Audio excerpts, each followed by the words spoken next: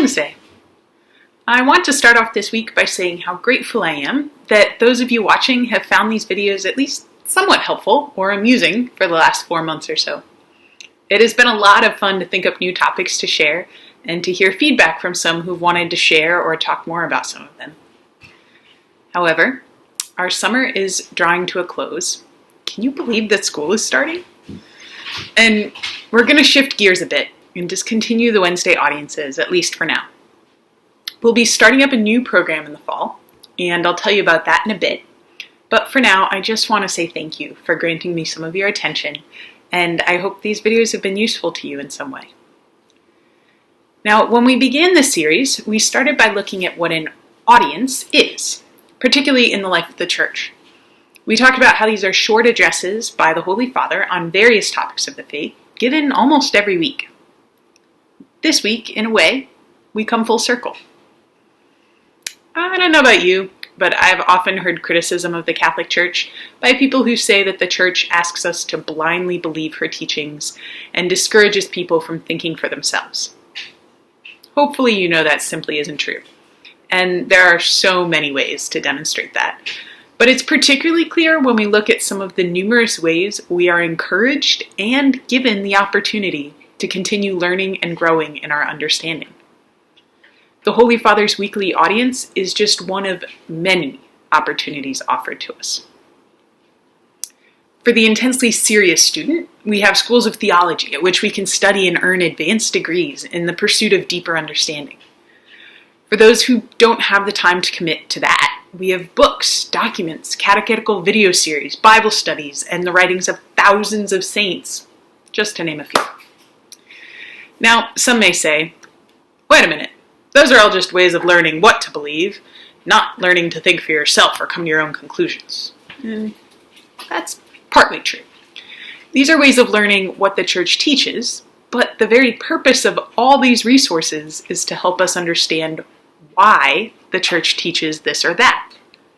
See, we have the incredible gift of a faith that is so well connected to reason that learning the former will inevitably engage the latter. In fact, Pope St. John Paul II wrote an entire encyclical letter, a letter to the whole worldwide church, about the intrinsic relationship between faith and reason. He begins the letter with this declaration: faith and reason are like two wings on which the human spirit rises to the contemplation of truth, and God has placed in the human heart a desire to know the truth, in a word, to know himself, so that by knowing and loving God, men and women may also come to the fullness of truth about themselves. The Church does not ask us to reject or ignore reason. She asks us to use it to its natural end, to know and love God, and from there to better understand the truth of ourselves and the world around us. The Church hasn't always thought that, some people might say. It used to be more controlling and didn't want people to engage reason. Really?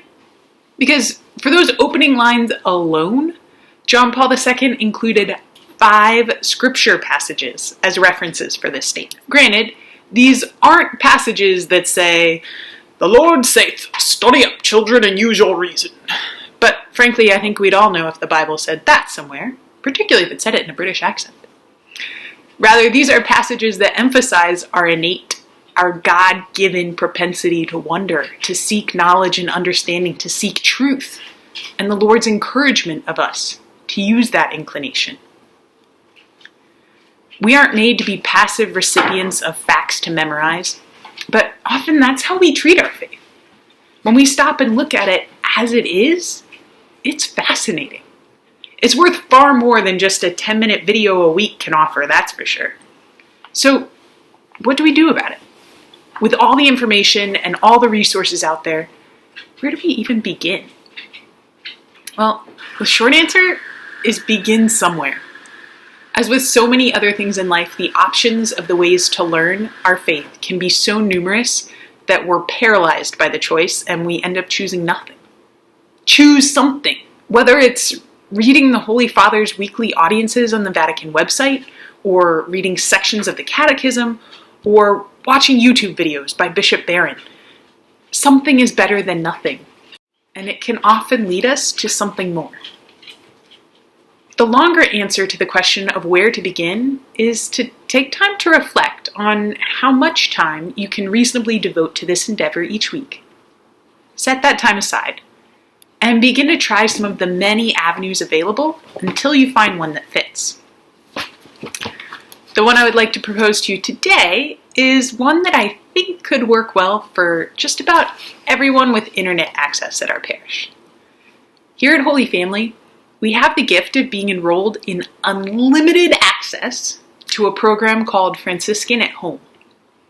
Now, if you haven't heard of Franciscan University in Steubenville, Ohio, this might not immediately sound that spectacular. Oh great, one more set of videos and workshops to get certified in this or that for the diocese. But not so fast. Franciscan University is one of the leading schools in the world for both solid Catholic theology and a dynamic, culturally relevant, and engaged application. They run conferences and workshops for high schoolers and young adults that attract thousands of attendees to each.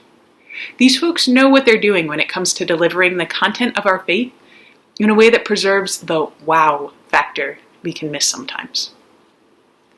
Franciscan at Home, or more officially, the Franciscan University Catechetical Institute, is a way to tap into that wealth of content and relevance on your own time from your own home.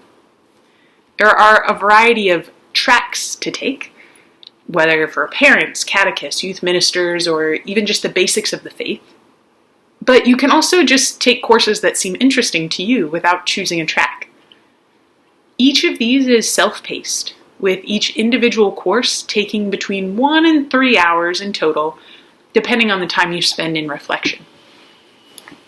The courses are a combination of video presentations, readings, small assignments, and reflection questions that help each participant engage the material according to their own life experience. It's really quite a remarkable feat if you think about it. Beginning something like this is actually really easy. Creating an account takes about 5 minutes, and there isn't a time limit for working through any of the material. It's tailor-made to be convenient. Whether you're a parent with very little time for yourself each day or someone with plenty of free time, on a school break or mid-semester, working full-time or more, or retired and looking for ways to continue deepening your understanding of the faith. The only question now is, will you give it a shot?